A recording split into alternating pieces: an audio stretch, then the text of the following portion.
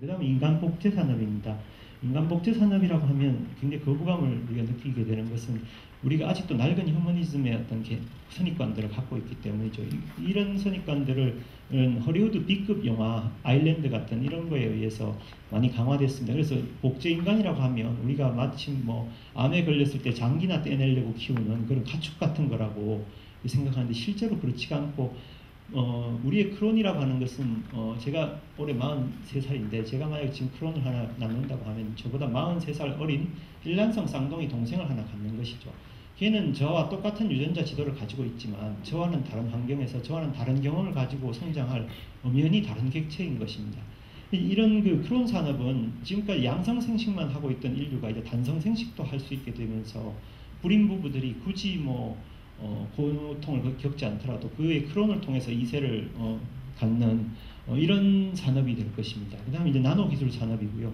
놀랍게도 1984년도에 이너스페이스라는 영화에서 스티븐 스필버그는 나노로봇이 인간의 장기 안으로 들어가서 암세포를 죽이는 이런 그 광경을 우리에게 보여줬습니다. 실제로 나노공학 기술의 발달이 10년 안에 이것들을 현실화시킬 것이고요.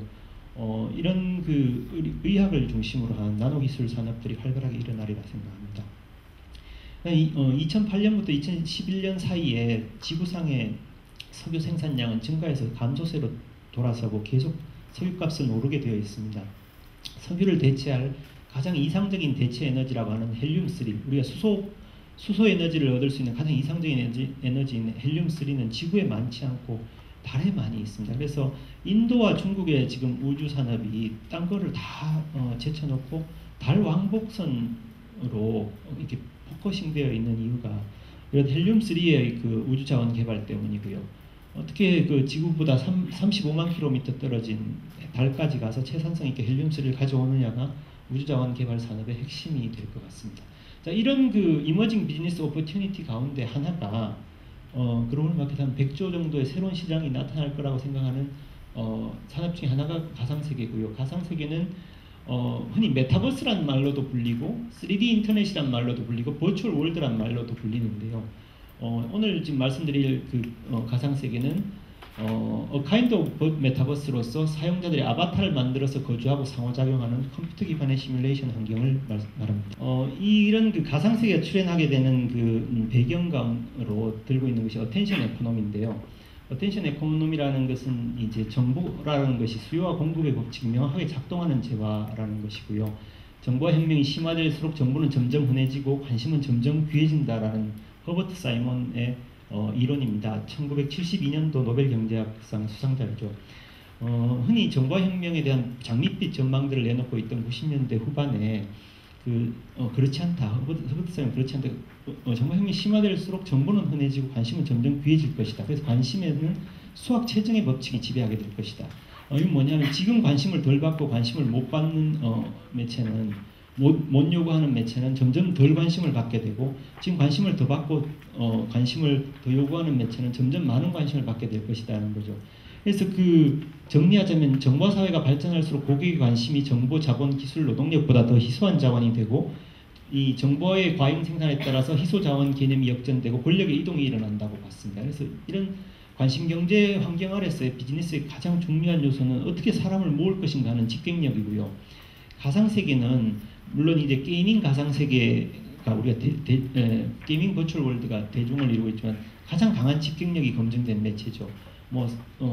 지금 영화의 역사가 1895년부터 지금까지 한 110년 넘지만 영화를 보다가 너무 과로해서 죽었다는 사람이 전 세계에 한 100명 정도 될까요? 100명이 안 될 거라고 생각을 합니다. 근데 그 가상세계에 너무 몰입하다 죽은 사람은 PC방마다 하나씩 있지 않습니까? 그래서 이미 강한 몰입과 집객력이 검증되어 있는 그런 매체로서 이것이 새로운 플랫폼 매체로 발전할 잠재력을 가지고 있습니다. 그래서 가상세계는 사용자들이 아바타를 만들어서 거주하고 상호작용하는 컴퓨터 기반의 시뮬레이션 환경이고요. 리니지 와우 같은 게이밍 월드와 세컨드 라이프 미트미 같은 소셜 월드로 대별됩니다. 이 가상세계는 하나의 공간을 수천 명이 같이 공유한다는 속성, 그리고 그래픽 유저 인터페이스를 갖는다는 속성, 그리고 즉시의 구매자와 사용자의 실시간 현전이 일어난다는 속성, 게이머와 게이밍 월드, 그리고 게이머와 게이머 사이에 상호작용이 일어난다는 속성, 그리고 한번 만들어진 버추얼 프로핏 가상 재화가 영원히 현실의 그것처럼 영원히 존재한다는 속성, 그리고 강한 공동체를 가지고 있다는 속성, 6가지를 그 피처로서 가지고 있습니다. 이러한 그 가상 세계는 기존에 왜 가상 세계가 점점 더 확산되고 강조될 수밖에 없는가를 보면, 우리 애초에 웹이 시작했던 그 상태의 어떤 그 이상을 생각해 보면 알 수 있어요. 우리가 지금 하고 있는 2D 웹, 이렇게 페이지, 잡지 한 페이지처럼 이렇게 그 브라우저가 떠 있는 이런 웹은 애초에 웹이 그 구상했던 컨비비얼리티의 상태에 많이 뒤져 있는 것을 알 수 있습니다. 컨비비얼리티라고 하는 것은 무슨 개념이냐면, 우리가 그 리펠젠슈타인이라는 제일 밑에 보이시는 분이 리펠젠슈타인인데, 이분이 1975년도에 퍼스널 컴퓨터라고 하는 이상한 것을 소비자에게 팔겠다고 그 했던 사람이에요. 그래서 이분을 인터뷰한 그 인터뷰가 풀스 온 더 힐입니다. 이분이 스스로 내가 언덕 위, 자기 랩이 있는 그 언덕 위에 바보다라고 자처했고, 인터뷰하는 사람도 약간 마시간 사람 아니냐. 특히 컴퓨터를 왜 개인한테 파냐. 개인이 컴퓨터를 가지고 뭘 할 건데, 인구 통계에나 쓰는 컴퓨터, 그 산더미만한 거를 개인한테 팔아서 뭐 하는데, 이렇게 물으니까 이 리펠젠슈타인이 대답한 이야기가, 사이버네틱 디바이스의 발전은 컴퓨터 테크놀로지가 평범한 보통 사람들이 이해할 수 있고 접근할 수 있고 개선할 수 있고 사용할 수 있는 컨비비얼리티에 도달한 상태를 공부의 목적으로 한다. 그래서 컴퓨터는 개인에게 가야 된다라고 얘기를 합니다. 그때는 정말 황당하게 들렸지만, 실제로 이분이 1980년도에 세계 최초로 오스본이라는 컴퓨터를 팔았고요. 저게 지금 오스본의 입력기입니다.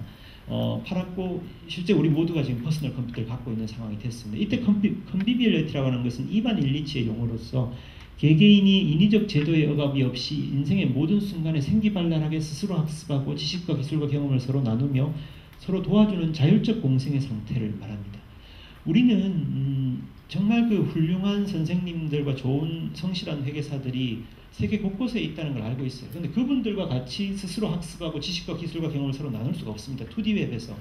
우리가 인도 방갈로르에 정말 그 성실하고 일 잘하는 회계사가 아주 싼 이 회계사가 있다는 걸 알고 있지만, 그분들과 같이 콜래버레이트를 할 수가 없습니다. 제가 제 작은 딸이 지금 캐나다에 유학 가 있는데, 홈스쿨링 비용이 5,500만 원이고, 뭐 우리 가족들이 2번 왔다 갔다 하는데 한 2천만 원 들고, 애 용돈으로 한 500만 원 들고 8천만 원이 들어갑니다.